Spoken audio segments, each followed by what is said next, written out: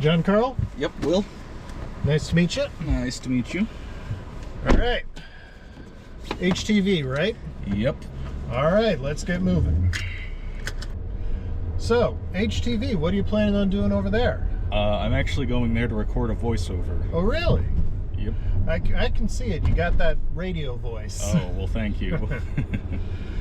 So do you do voiceovers often? Yeah, I do them pretty regularly, both at HTV as well as at Spectrum Fusion. I narrate promotional videos a lot and that sort of thing. Your company is unique. Your product is unique. Your message is unique. So shouldn't the people you turn to when trying to spread your message be just as unique? We are Spectrum Fusion Studios. The first time I ever really did anything voiceover related was probably back on my old YouTube channel where I used to review movies, which I won't name here, and I really hope nobody links it because it's terrible and I'm not proud of it. And I found that I enjoyed reading from a script and, you know, putting emotion into my voice in order to compel people to feel certain ways. And I guess that's when I first realized that I did enjoy doing voiceover. But I think I started the channel back probably in like 2017, I want to say. So yeah, 7 years.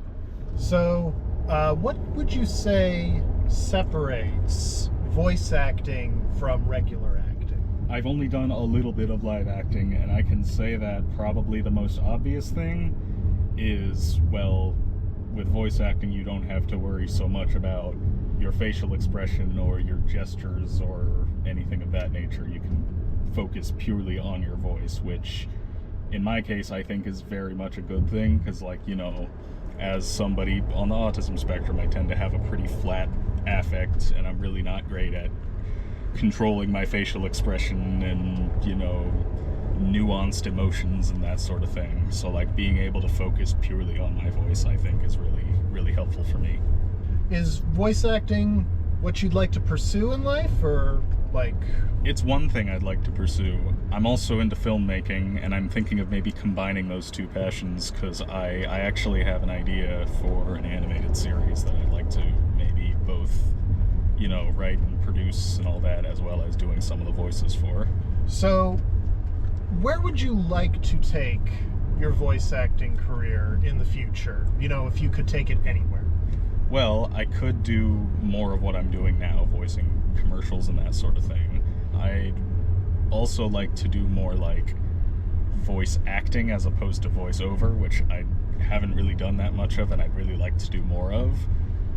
You know, I'd like to be able to play characters and sort of flex my creative muscles in that sort of way. What do you think you'd need to take your voice acting career to the next level?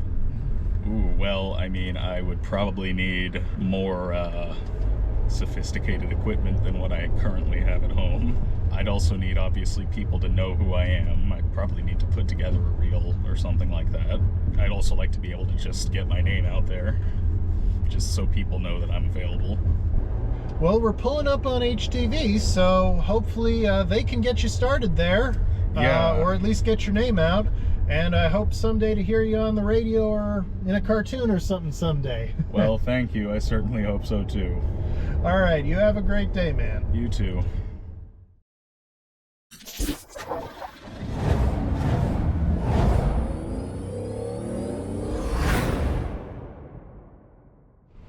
I'm Will. Hello, Will. I'm Juliana. Nice to meet you. All right, are we ready to go? So I've never heard of this thrift store. What do you thrift for? Dolls. Dolls. I'm a doll collector. I have a very big collection of them. That's neat. Do you collect any particular doll lines? My favorite lines to collect are Shadow High, Rainbow High, and Monster High. Shadow High is the sister line to Rainbow High, and they're basically these two doll lines that are made by the company MGA. So I see you've got a doll with you. Two actually. Oh. This one's Veronica. This one's Naomi. That's neat. So what drew you to this particular doll line? I always really liked the like more muted colors and the more alternative style, the line. One of my biggest doll preferences is dolls that are a little bit more goth, a little bit more alternative, a little different. So what would you say separates this doll line from other dolls? Definitely the quality of the hair, the clothing, and the eyes, and the level of detail on that is just amazing. So what do you do with the dolls? Do you play with them, or do you just like display them like on a shelf? I do doll photography. There's something a lot of collectors do that's called doll photography, where you take pictures of them in like more natural locations. Sometimes I make videos with them, and it's just fun coming up with stories for them, just talking about them. So what's so special about the two you have with you, Naomi and Veronica? Well, after I've been watching the Rainbow High show for a bit, whenever they were first revealed, I fell in love with their character designs, and I grew emotionally attached to them as like a special interest. I just loved everything about them. They are just the most breathtaking, like beautiful dolls in the whole world to me. Sounds like they're very special to you. They help me through a lot. Whenever I'm sad or anxious, they're always there for me. They're my best friends, and I do have quite a few. So you said that they were portrayed as like mean girls in the show, but you see them differently? Yeah, because I feel like they show a lot of leadership and charisma over their peers, and I really like that about them. And they're so confident in themselves. Like, they're like unafraid to be themselves, whether people like them or not. And I love that. It's so beautiful to see them being who they are without worrying about what other people think. And as someone who has had to deal with a lot of anxiety, especially social anxiety growing up, I feel like I needed that reminder to just, that it's okay to be myself and accept my differences and embrace them and not be ashamed and just express who I am. That's really nice. So what if you could see anything added to this Shadow High doll line, what would you like to see? I would definitely want to see more goth dolls in the line. I feel like they're like a lot of those beautiful dolls in that line when they're more goth and alternative and a little edgier. I definitely want to see more of that. Definitely more like neutral colors, more black themed clothing pieces, and maybe even like dolls that are more dark academia themed as well. But just a little edgier.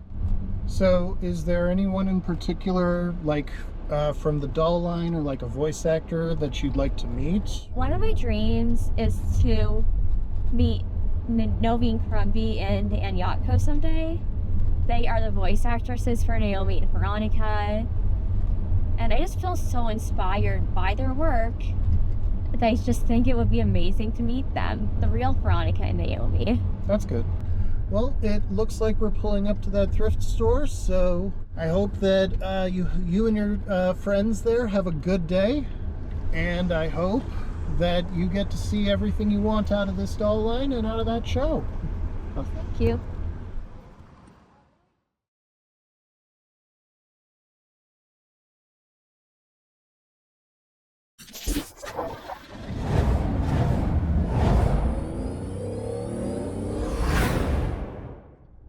So Cactus Music Store, huh?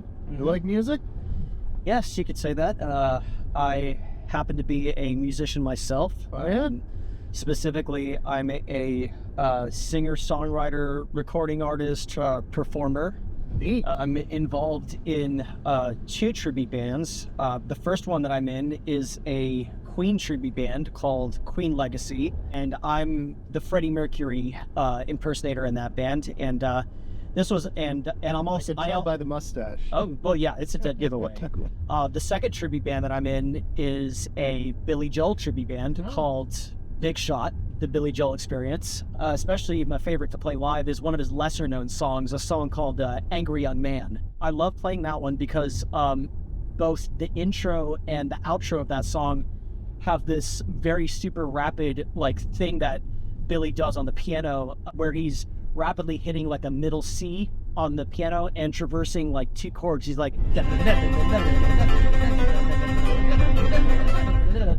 So do you do your own music at all? Or? yes, I do. I've written, several songs of my own. I have 2 albums out to my own name. Cool. This is one of the songs from the Soft Shell album. This is a song called Home.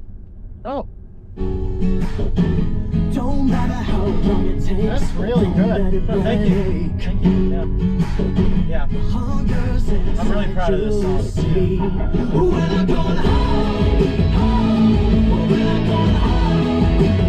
You got the memorable chorus right here.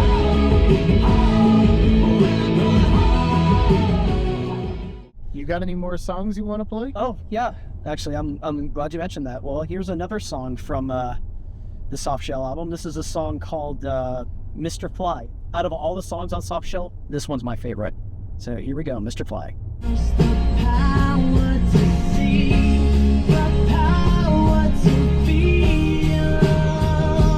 Big chorus coming up here.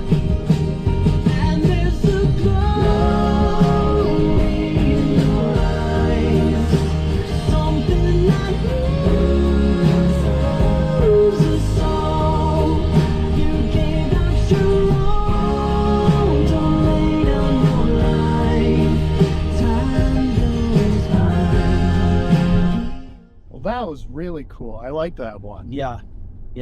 So if you could envision a future for yourself, like pie in the sky, what you want to do with your music, what would it be? I have spent like a decade of my life trying to make it as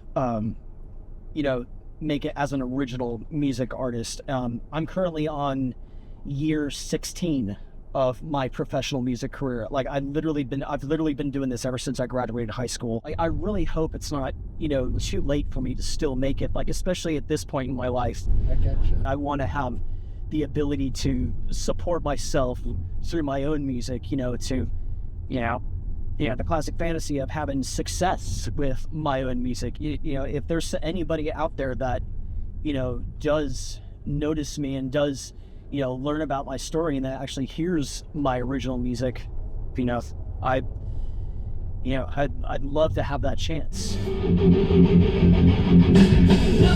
one's safe in here. Those they trust are the ones they fear the most. They can't speak for themselves. I'm still hopeful. I came super close to actually getting that major record deal. But I'm still hopeful for that dream, Well, I hope that works out for you, man. Yeah. Looks like we're pulling up to Cactus Music now. Oh, okay. Well, it's been really awesome meeting you, man. Yeah. And I hope that, you get everything you're looking for, man. Yeah, I hope so too.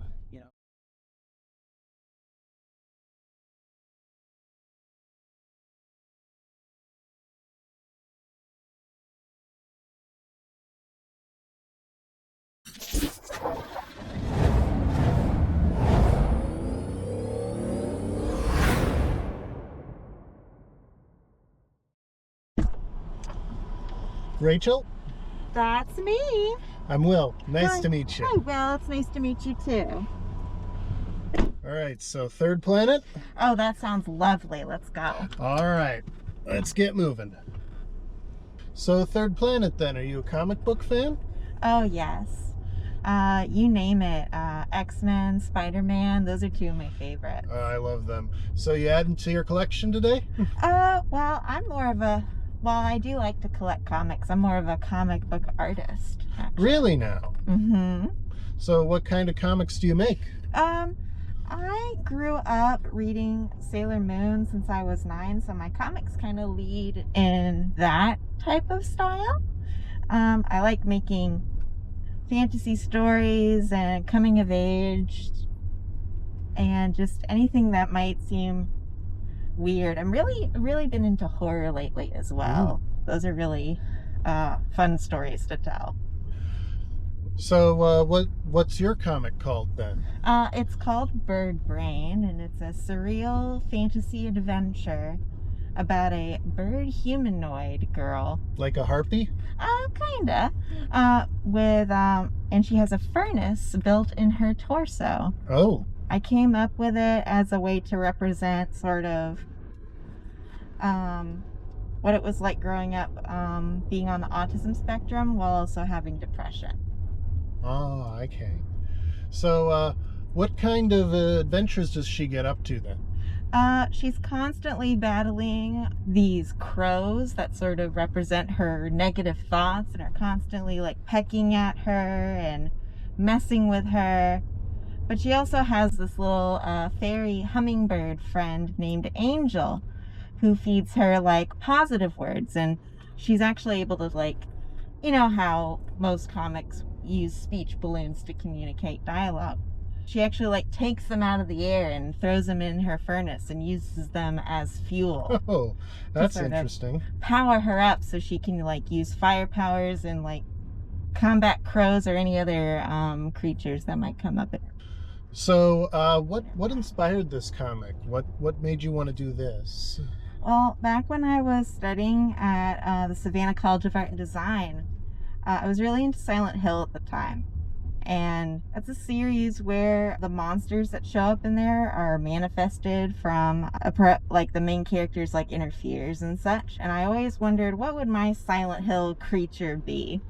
And I came up with this sort of furnace-bodied kind of creature that always had trouble breathing and was always lethargic and had to constantly like refuel itself in order to like keep going. And then I had a character that I'd been drawing since I was in high school, of this bird girl that I had always used as sort of a therapy drawing to sort of express my feelings. And then I decided, like, on a bus ride one day, why not like take the furnace monster creature and my bird therapy character and combine them into our own creation. Like two separate representations of yourself coming into one. Yes, exactly. So, how long has this been going for? Where can you read it? So it's been out since around 2022, and it's available to read on Webtoon Canvas, and it's also available to read on Tapas Media, so that's tapas.io. Okay. And you just type it in as Bird Brain in all capitals. I believe there's about 16 episodes that are out, although it's currently like in like a vertical scroll comic that you can read on your phone. However, I would certainly love it to be like in book form someday. I'd like it to maybe not necessarily be a total like manga like in black and white, but because I do like how it looks in color. But I would certainly like it to be like a few volumes for like people to read and pick up that way. So, do you do any other kind of artwork? Well, currently I'm doing artwork for a children's book series by Dr. Crystal Collier. It's the first book is Know Your Neuro, and it's all educational material, teaching kids about the brain and the good decisions you can make to help your brain grow. So, best case scenario, where would you like to see yourself in the future with Bird Brain and with your art and all that? Well, I definitely would love to continue Bird Brain, and I have so many different stories to share. I would definitely love to make a career out of writing and drawing my own comics and stories.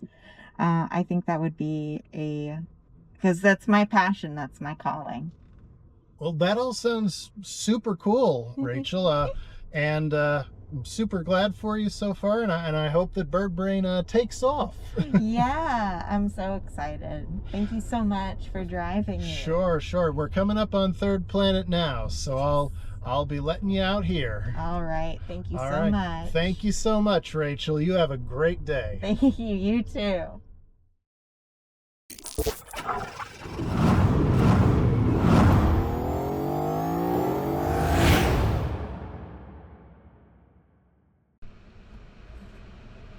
Chris. What? Will. Nice to meet you. So we head into the marquee, you said? That we are. All right, let's get going. So, the marquee. Yep.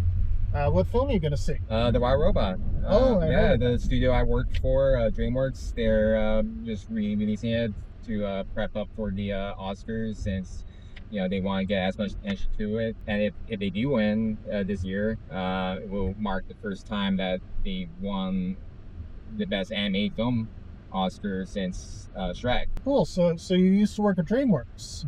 Yeah. What was that like? Was a pretty good workplace, and I was working in the TV side, but like a lot of people in TV have experience in film. The director for Curses, he's a filmmaker in horror movies, and he wanted to bring into the anime show Curses. So, Curses, that's the show you worked on? Yes. What's that about? It's about a family. Father turns to stone, and basically they're just trying to undo the curse. And it's a show that kind of works with some of the tropes that you've seen from like Indiana Jones and just any of the adventure series of that life. Felt like I got chosen to work on this project just based on my work, especially in animation. A lot of the jobs are usually based on like not just your skill set, but like your style and type of work that you do. So you're an animator then? I work within the animation field, but there's many jobs, aspects in animation that people can get into. So there could be character animators, there could be background painters, character designers, but there's a lot of multiple jobs for what is that you kind of want to be doing. So what's your niche? Lighting, and that's like the only major job on paper that I've done within the industry, but I have other interests in like concept art. So like I'm actually trying to make the pivot from lighting compositing to biz dev. Visual development is basically, those are the people where they're trying to make things look good, like at the very beginning of production. So when I was working with DreamWorks, they already had all that stuff done, and they were just already entering into production. They just needed the lighting effects artist to adjust the color settings in Nuke, and that's the software we use, and just make everything feel like as they would from the painting stage. So what drew you to animation specifically? Just it has always been like a medium that I felt like was kind of like a good cross between like art and story. So like you can tell any kind of story, you can draw in any kind of way. For me, like a lot of the movies I've watched as a kid, I tried to bring the same feelings that I had about those movies into my work. And not that I'm trying to copy like the emotion or the intention from the movies I've seen, but I think that's kind of like the most important thing, is just kind of keep yourself open to influences, and whether it be from your own life or things that you choose to watch, because whenever I'm watching like a show like Severance, I mean everything is so well designed and thought out. It could mimic like what they've done for a very well designed show like Severance or even Stranger Things for like an anime project. But when it's so obvious that there is a lot of attention and care into a project of that like. So looking towards the future, where would you like to take your skills in animation and lighting and storytelling and all of that? So yeah, I would like to make the pivot from doing like compositing to doing the visual development type stuff. So like I would love it to be with a team where their one job is to just basically sell the ideas that they want to tell, and I would love it to get hired by DreamWorks again, or even like another big streaming company like Netflix, and even some smaller like game studios, like some of the ones around Austin, like Retro Games. Like, I mean, it would be a dream to actually be working for a Nintendo company, since Nintendo was a bit of a catalyst for my own creativity as a kid. Okay, well, it looks like we're pulling up on the marquee. So, Awesome. what it sounds like you got a fascinating path ahead of you, and I hope you manage to make a deal with Netflix or Retro or whatever else would work well for you. Yeah, I mean, whatever I will offer, I mean, you just have to keep at it and stick to your guns, and all will work out. Yeah, all will be fine. Awesome. So, Well, yeah. it's been great talking to you, man. Yeah, pleasure.